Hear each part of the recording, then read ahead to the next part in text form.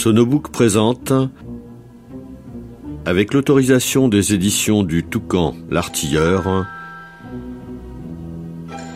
La religion écologiste, climat, CO2 et hydrogène, réalité et fiction, de Christian Gérondeau, lu par Victor Vestia.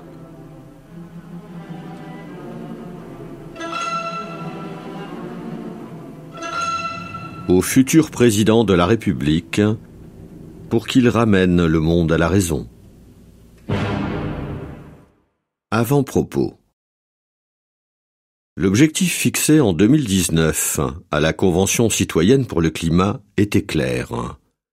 Il lui fallait trouver les actions à conduire pour qu'en 2030, la France ait réduit de 40% ses émissions de CO2, apportant ainsi sa contribution à la lutte contre le réchauffement climatique et les désordres qui en découleraient pour la planète. Tel est du moins ce qu'ont cru ses participants. Mais nous ne sommes pas seuls au monde, et ce que nous pouvons faire au niveau national pour réduire nos propres émissions doit être mis en regard de leur volume au niveau mondial. Les chiffres sont alors sans appel.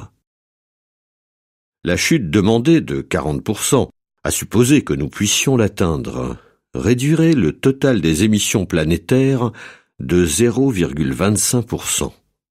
Et ceci sans même tenir compte du fait que les émissions mondiales annuelles n'accroissent ce qui compte, c'est-à-dire le stock atmosphérique de CO2, que d'un 200e par an.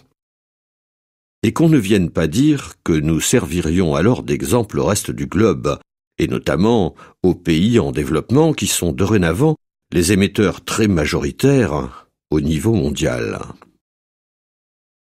Selon les prévisions que ceux-ci transmettent chaque année aux Nations Unies, leurs émanations cumulées ne vont pas cesser de s'accroître au cours des décennies à venir.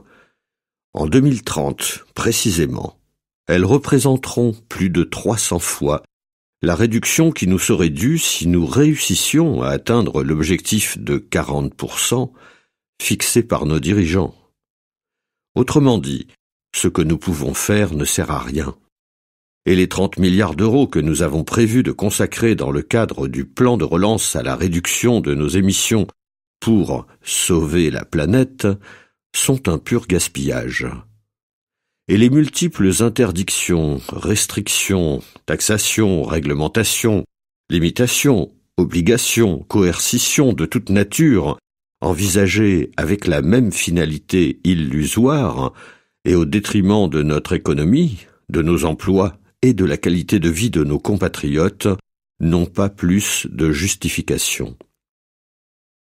Il en découle aussi que les demandes 1000 fois réitérées jusqu'à devenir obsessionnelles de réduction de nos émissions de CO2 ne riment à rien, tant les ordres de grandeur ne leur permettent pas d'avoir le moindre effet, sauf celui de nous entraîner dans des dépenses inutiles et de nous culpabiliser. C'est une base centrale de notre politique économique qui s'effondre. Et il n'y a d'autant moins à le regretter que le CO2 ne présente heureusement aucun danger. Il y en avait 4 fois plus du temps des dinosaures et la planète prospérait.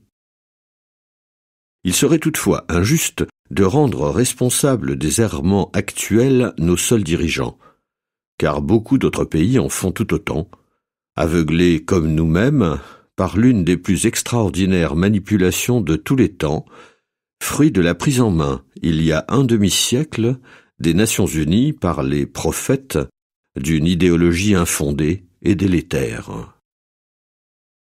Persuadés de la nocivité intrinsèque de l'homme et ne reculant devant aucune falsification de la réalité, ceux-ci ont réussi à imposer au monde une vision culpabilisatrice et catastrophiste de l'avenir qui ne repose que sur leur intime conviction et que les faits démentent obstinément.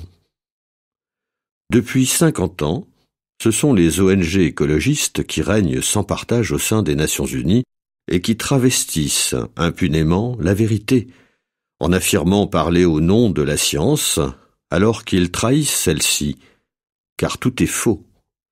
C'est cette manipulation de l'humanité entière, sans précédent dans l'histoire, que va décrire ce livre. Certes, celle-ci ne paraît pas crédible. Elle est vraie pourtant.